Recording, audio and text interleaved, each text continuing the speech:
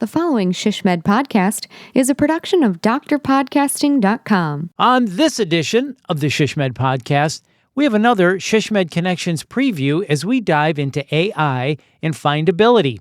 AI has really impacted search, so you need to stay on top of this. There's a special workshop on AI and findability. It's Sunday, October 12th at ShishMed Connections 2025 in Dallas, featuring Matthew McKinney from Cone Health and Michael Leonard from Geonetric. It's going to be a great workshop, a blockbuster. You need to be there. They're going to talk all about this. So let's get to this special session preview. Right? No. This is the ShishMed Podcast, rapid insights for healthcare strategy professionals in planning, business development, marketing, communications, and public relations. I'm your host, Bill Klaproth. With me is Matthew McKinney, Director, Digital Engagement at Cone Health, and Michael Leonard, Principal Product Manager at Geonetric, as we talk about their session, Focus on Findability, Thinking Beyond Search in the Age of AI. They're going to be speaking on this topic during the 2025 ShishMed Connections Conference, Sunday, October 12th. It's at 12:30. It's free to attend, but advance registration is required. You know what that means again. A lot of people are going to be wanting to come to this. So make sure you get yourself registered. It's that simple. So let's talk to Matthew and Michael right now. Matthew and Michael, welcome. Thank you for having us. Yeah, it's great to be here. Absolutely. AI is such a huge topic, as you both know. So this really is going to be an exciting session at ShishMed Connections 2025. Michael, let me start with you. So how does findability, I love that term findability, differ from traditional SEO? And why is it becoming more important? Yeah, so normal SEO for the longest time was an acceptable term, and it still is to a certain degree, but also findability is a much stronger umbrella term than SEO would be. You know, we're not just talking about search engines, we're talking about how a user or a consumer in any way finds you, your organization. So that could be a traditional search engine. It could be the business listings within that search engine. It could also be the AI platforms like ChatGPT or social media. It's really a matter of encompassing all of the different ways that users can find you, because even though those different systems are all still separate, they all communicate in one way or another. And the more that you can show up and have a higher quality presence on all of these different places that people can find you, the more likely you are going to show up for those different platforms and outrank any competitors that might be out there too. Yeah, this is something we all need to pay attention to. So Michael, then what are some examples of how AI is already changing the way healthcare consumers discover information? I think it would be good to know that, how AI has already changed this. Yeah, I think one of the biggest changes that we're already seeing, and a lot of people don't realize they're doing this, is just the conversational nature of a lot of what we're searching for now. It's not just about asking or coming up with a term like primary care near me or something like that. It is a case of, hey, I'm looking for primary care in this area. What are the best providers? What's the closest location to me? And you're not asking all of that at once. You're asking it as if you're having an actual conversation, just like we are right now, to understand all of the ins and outs of what you are looking for. And it's just far more conversational, far more of, for lack of a better term, it's kind of like a friend in your pocket in a lot of ways that you can just have those conversations with, and it remembers those things too. So I think that's the biggest current shift that we're seeing, is just the way in which people engage with organizations, with information. Well, I'm sure everyone listening to this has experienced it. You go to Google and you type in your search query, and either you've got the AI summary right there saying, hey, here's what we found for you in those conversational terms that you just mentioned, Michael. So it seems like we're clicking on less links because the answer is right there. The AI is kind of providing us the answer, which really does change a lot of things as well. So Matthew, what are some of the key components then of a successful findability strategy in healthcare, knowing that things have changed, as Michael has noted? So it really starts with human experience. We oftentimes think of patient experience or experience in the health system around how you're interacted with at the practice or the hospital level, but experience also connects to that digital element. How are they experiencing you online? And whether it's chat, whether it's search, whether it's AI, any of that. And so we need to ask the questions, How are consumers trying to find the information they need from Cone Health? Where are they getting stuck? What questions are they asking? What prompts are they putting into the AI generator to get, as Michael just said, primary care near me or find me the best doctor for my family? That insight helps us drive the strategy around findability and what we prioritize the most. And we're also at Cone Health, we really focus around 10 marketing priorities per year. Not saying we don't look at anything else, but these are the 10 that really drive our strategy for that year as far as where we have access and where we have margin. And so we really focus our strategy, our search strategy, and our digital strategy around those 10 priorities with acknowledgement to everything else that we don't want to have mistakes online or AI generated poor results online, but really focusing on those 10 help us key in and make sure we're not spending a lot of time and money in areas that aren't our priority areas. Matthew, you said you need to understand how Cone Health consumers are finding you, how they are searching. How do you understand that? How do you determine what they're searching and how they're searching? I mean, we can see obviously from analytics where the highest traffic is. You can see from Google Console and places like that, you can see the search results, traditional search results. Some of it is just your own experience and your own thought process. And we also have a lot of experience metrics to understand where people are getting stuck, where people may be having a hard time accessing the health system. So even putting in things that you may use as yourself. I think you put yourself in the shoes of a newcomer to the area. What prompt may they be putting into ChatGPT or Copilot or Perplexity to get healthcare for their family? So we still use some of the traditional search metrics and search responses to drive this. There are AI tools coming out that help us understand better what people are finding within the AI generated results, and that's a learning curve for us that we're getting over currently. Absolutely. So let's stick with metrics for a bit. So Michael, which KPIs then should organizations track to measure the effectiveness of their findability efforts, if you will? Yeah, a lot of the same metrics still apply. I would just say that many of them have changed in terms of how you want to approach them or the purpose of those metrics. So you might have organic traffic just so that you can see how your site is and your presence is performing versus if you're paying for advertising. But also understand that there's a lot of estimations out there, a lot of assumptions out there that AI is going to see a drastic drop in overall traffic going to websites, to other platforms, because AI is trying to keep you within their ecosystem.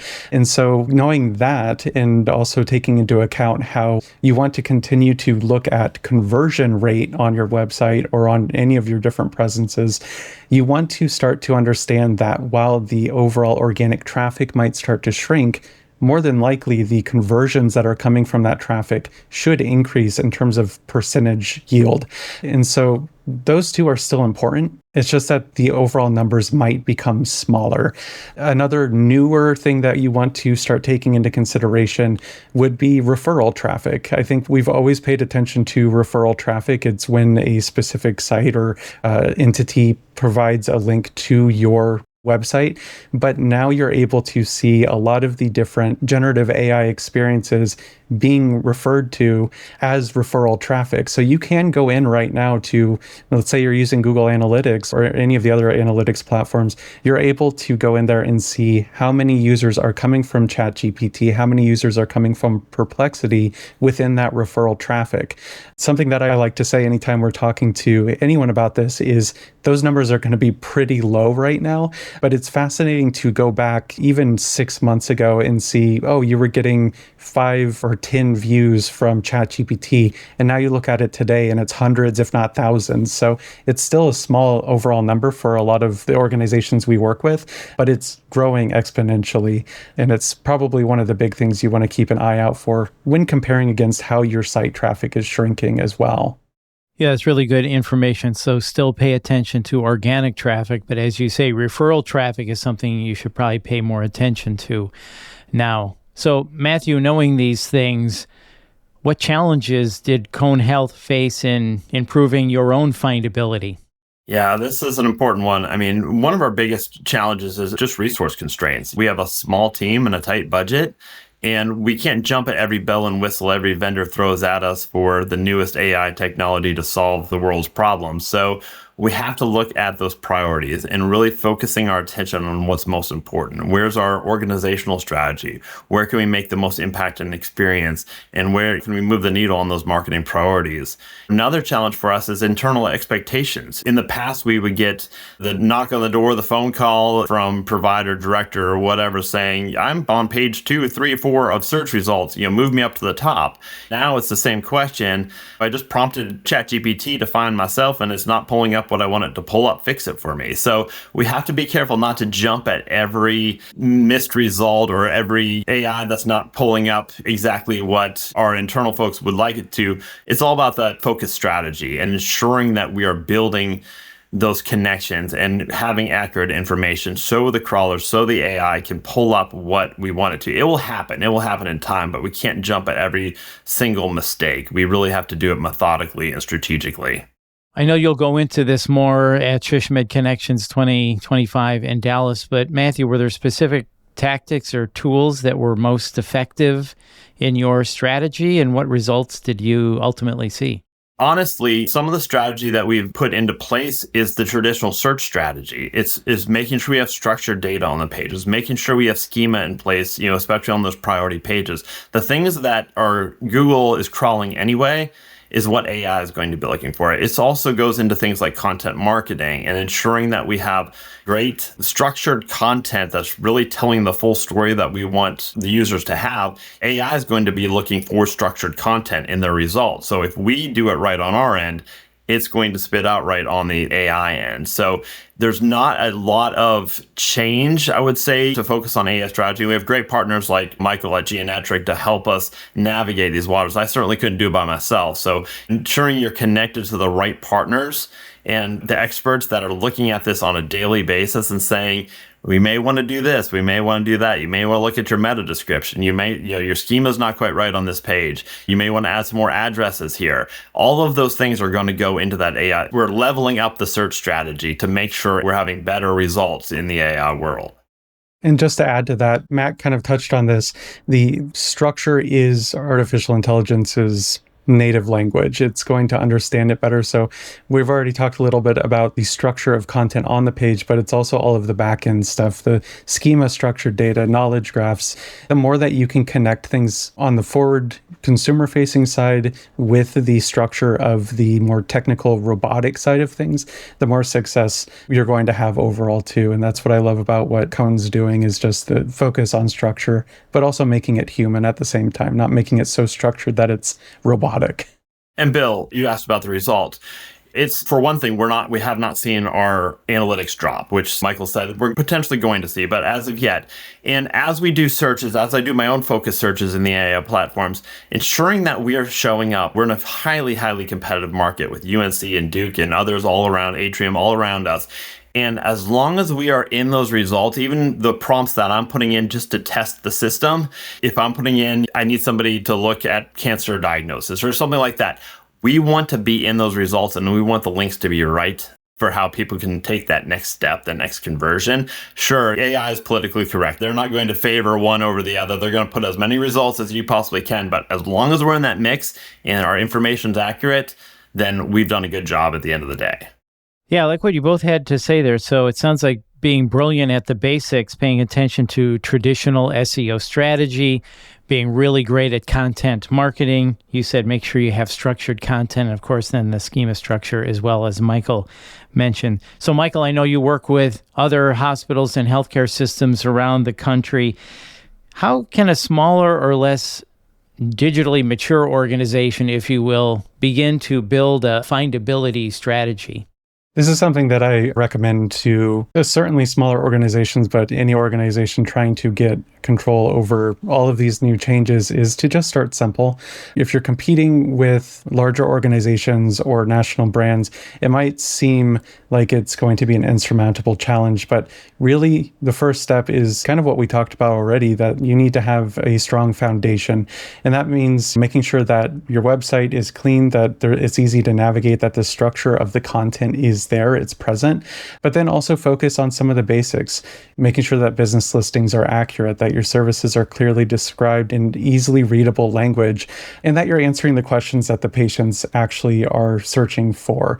That still, even as I'm saying that, I realize that it does sound like a lot of work, but even starting with your most important service line or your most important location can really help you build up the strength and the momentum to start seeing some of the value and start seeing some of the returns on your investment for that kind of thing. That if you're struggling to figure out what to do, that's what I would say is just focus on 1 to 2 top service lines and do those small first steps in them. And you'll probably start seeing results pretty quickly after you start putting that together.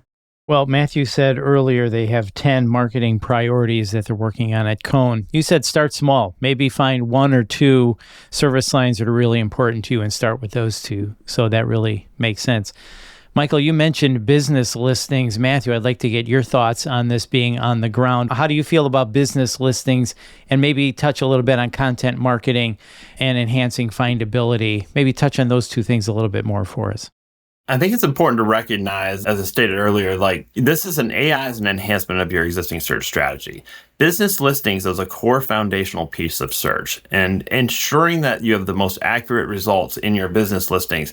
Those are pulling, Google is pulling those, they're already pulling them to the top in the 3-pack. They're even now pulling them up in the structured AI results that you're looking for. Same with any of the other platforms, ChatGPT, they're looking at that. It's, once again, business listings is structured data. The AI platforms know exactly which pieces, your hours, your address, your maps, all of that. They know which pieces they're looking for and are going to serve those up in the results. So ensuring accuracy in business listings is critical and foundational to your search strategy and your AI strategy.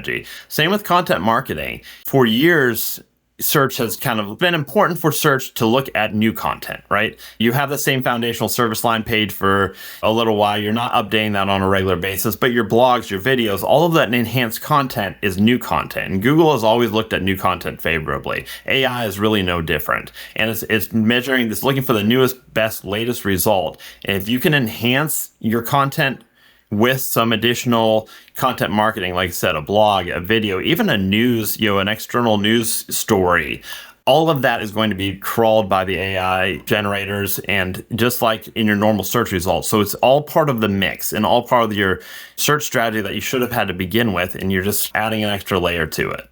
I like what you had to say there. As you said, AI is looking for new content all the time. So the more content you can pump out on a regular basis, be it a blog, as you said, or even, I would imagine, social media or podcasts even, those things all help. So that really makes a lot of sense. So AI is rapidly changing, Michael. It seems like ChatGPT has got a new update, or there's new ones coming online all the time. How should healthcare marketers prepare for future changes in AI and search technology? How do we stay ahead of it? I think remaining curious, digging into the tools that you have available to you, even if you are a smaller organization or you have a smaller budget, not only staying on top of the latest updates and what they're changing across these different platforms is important, but also just understanding what those tools are capable of in terms of researching on your own. That's kind of one of the main focuses of our session at ShushMed, is talking through what organizations, what marketing teams can do to just go out there and use ChatGPT to research ChatGPT, research what it's looking for by using it. And so that is the key thing for me, is just remaining curious about what these tools are, even if you are falling behind on all of these updates that are coming out, because I agree 100% that these updates are constant. It's constant disruption, not only of traditional search engines, but of each of these platforms. And so using those tools, using the methods that we're going to talk about a little bit more in depth at ShushMed, is the priority there, of doing competitive analysis within these platforms, doing SERP synthesis research, which I won't get into too deep of detail here because I know we don't have infinite time. But those are the things that we're going to be talking through to give these organizations the tools they need to be effective at showing up in these results too. Again, this is a free conference pre-session. It's on Sunday, but registration is required, meaning there's going to be a lot of people that want to get into this. So make sure you pre-register.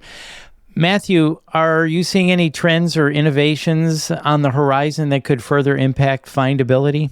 Like Michael said, it's about staying curious. It's about understanding every day there's a new GPT version coming out. Every day there's a new platform, or maybe your vendor of choice implemented AI into their product. And so understanding what you're using, understanding what your consumers are using, and in this case, is really about what your consumers are using. It's understanding, I'll go back to the human experience, what you as a user and are doing or what your consumers are doing. I don't have a magic wand. I don't have a crystal ball to know the latest, greatest AI. I just know that if I pull up my phone and search for a primary care provider near me, like it's spitting out something before I can even get to those search results. So that's what I'm focused on now, with curiosity to the future. Michael might be able to lend a little better glimpse into the AI future that he and his team are looking at. And I'm going to lean on him to make sure I'm headed down the right path. We're definitely in the Wild West phase of AI. Even just recently, when ChatGPT went from 4.0 to 5, we saw drastic changes in the way that AI was responding, the results that it was generating, and that was very similar to how Google was in the early days of, here's a big update. It's going to drastically change the way in which users consume the information that we're providing. But I think we will get to a point in the near future, maybe in the next year or two, where there is relative stabilization of these generative platforms. But I think a lot of that will come down to also how we are providing the information to these platforms. So there's always been this question out there since generative AI came around, like, are websites still important? And they absolutely are, and they're not going anywhere. But I think the way in which we utilize websites will start to become a little bit more about sending that information off to some of these platforms so that they have all of the information they need, that everything is connected in one place for them to access on top of all of the others like social media. But overall, what is going to change is simply the way in which we interface with a lot of these platforms, is my opinion. Things will change drastically, and I may be wrong tomorrow based on how quickly these things change, but that's also the important part of keeping a pulse on things and staying curious about it, is being adaptable to whatever changes are coming. I like how you put it, the Wild West, and make sure you stay curious. This is going to be a great session. Can't wait for it at SHSMD Connections 2025. Before we wrap up, I'd love to get final thoughts from each of you. Let's start with you, Matthew. Anything else you'd like to add? Anything we missed that you'd like to cover? No, I think I want to continue to emphasize that as small team, large team, you're not changing your SEO strategy. You're not changing your searchability strategy.